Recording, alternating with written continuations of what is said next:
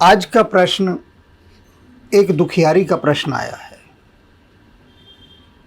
उसने जिन भावों में अपना प्रश्न व्यक्त किया है वे बहुत कुछ गहरा सोचने के लिए विवश करते हैं। प्रश्न सुन लीजिए। मैं एक दुखियारी अबला हूँ। मेरे 2 बच्चे हैं, 9 साल की बेटी और 12 साल का बेटा। मेरे पति हफ्ते में 1 बार या 2 बार कभी घर आते हैं और मारते हैं, पीटते हैं, शराब पीकर गाली गलौज करते हैं और ऐसा 4-5 साल से हो रहा है। वे मुझे कुछ नहीं बताते वे कहाँ रहते हैं, क्या करते हैं। उन्होंने मुझे इतना सताया हुआ है कि मैं खून के आंसू रोती हूँ, लेकिन तलाक के बारे में नहीं सोचती। उन्होंने कई बार कहा कि तू तलाक ले ले, लेकिन मैं ऐसा सोच भी नहीं सकती। और मेरा प्रश्न यह है कि मेरे मन में उनके लिए कई बार बद्दुआएं निकलती हैं। तो आप मुझे ऐसा आशीर्वाद दीजिए कि मेरे मन से उनके लिए कोई बद्दुआ ना निकले और राम उनको सद्बुद्धि दें, क्योंकि वे राम के भक्त हैं। वे राम के भक्त नहीं हैं, कमबख्त हैं। और जो भारतीय नारी की एक आदर्श प्रतिमा होती है वह तुम हो, कि जो प्रत्येक स्थिति में अपने पति का शुभ चाहती है। और तुम्हारी ये भावना, तुम्हारा प्रश्न, इस प्रश्न ने मुझे सबसे अधिक छुआ है कि तुम चाहती हो कि तुम्हारे मन में अपने पति के लिए आज भी बद्दुआ ना निकले। तो इसका अर्थ है कि तुम तो पार होने की यात्रा की ओर चल दी हो, उस पार की यात्रा जहाँ मुक्ति का मार्ग होता है। इसे हम कहते हैं अजात शत्रु, कि हमारा कोई शत्रु ना हो। इसका दूसरा अर्थ मत समझ लीजिएगा कि हमारे शत्रु समाप्त हो जाएंगे दुनिया में। आपके शत्रु तो बहुत रहेंगे, वह समाप्त नहीं हो सकते, लेकिन हमारे हृदय में कोई शत्रु नहीं रहेगा। जो भीतर का शत्रुता का भाव है वह समाप्त हो जाएगा, जैसे कि आपके मन में। और आपके पति, आप कह रही हैं राम भक्त हैं, राम भक्ति का भी पाखंड करते होंगे और यही राम इनको ऐसा दंड देंगे, अभी नहीं, समय आने पर, और जन्मों जन्मों तक का नरक ये सृजन कर रहे हैं अपने लिए। क्योंकि राम के भक्त की सबसे पहली पहचान, बहुत पहचान है, पर तुम्हारे पति के संबंध में एक पहचान मैं बता दूं। जो राम का भक्त होगा वह अपनी पत्नी का कभी अनादर नहीं करेगा, कर ही नहीं सकता। पत्नी उसकी प्राण प्रिया होगी। अपनी पत्नी के प्रत्येक सुख दुख के लिए वह सदैव तत्पर रहेगा, जो राम का भक्त होगा। बात यहाँ राम की नहीं है।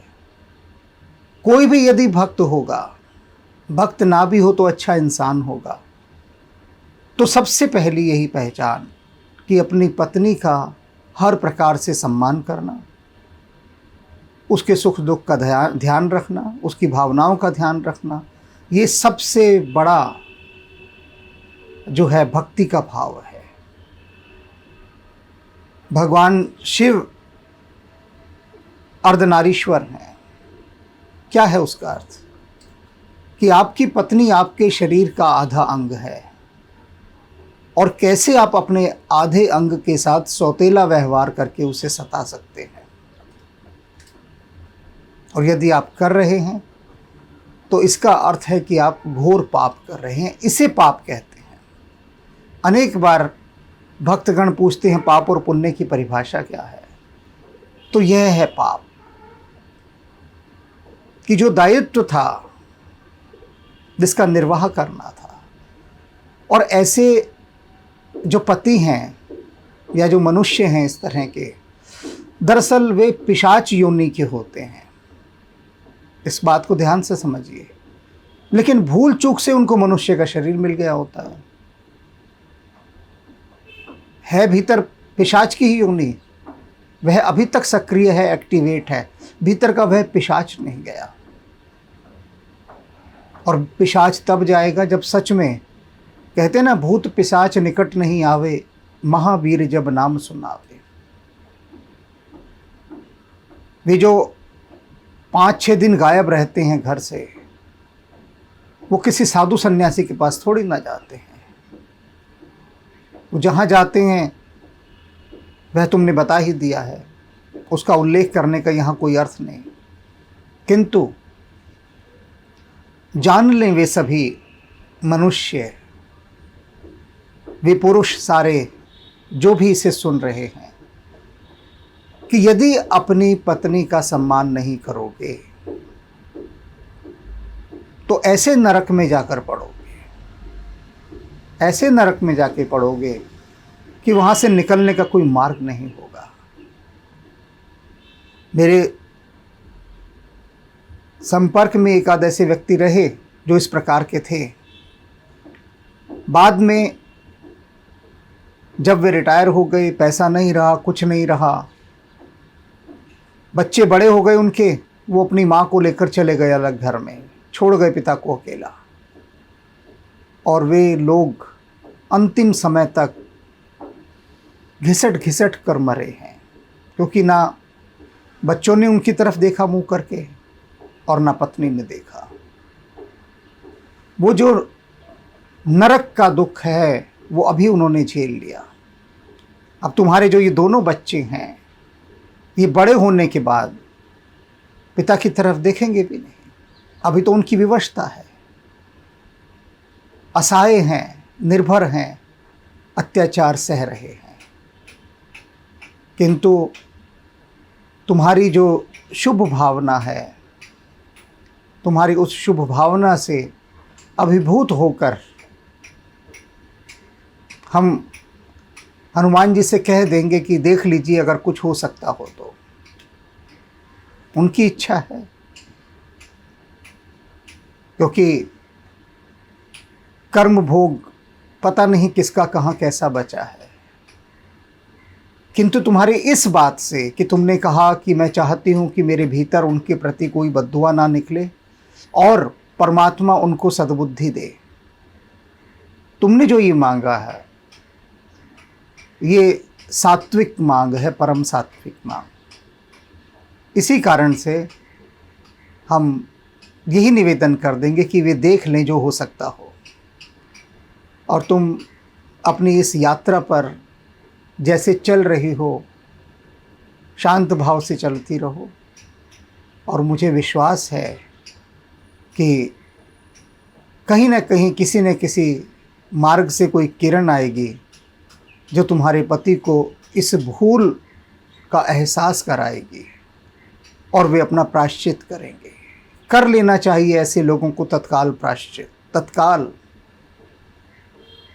नहीं तो बहुत देर हो जाएगी उनके लिए।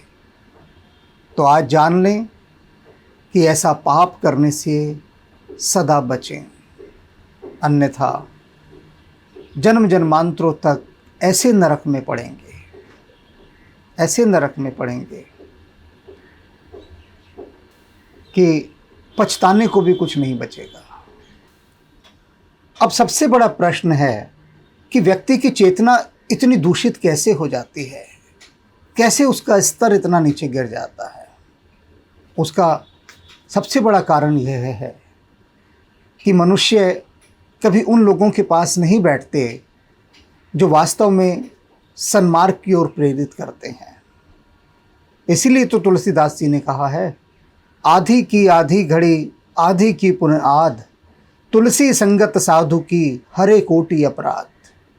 अगर ये किसी साधु के पास बैठ रहे होते इस तरह के व्यक्ति जो पिशाच रूप हैं, तो इनका पिशाच कुछ कुछ उतरने लगता और भाग जाता, क्योंकि साधु की संगति ऐसे दोषों को, ऐसे भीतर के मनोविकारों को उनको धो डालती है, पोंछती है। क्योंकि साधु डांटेगा, साधु कठोर होता है,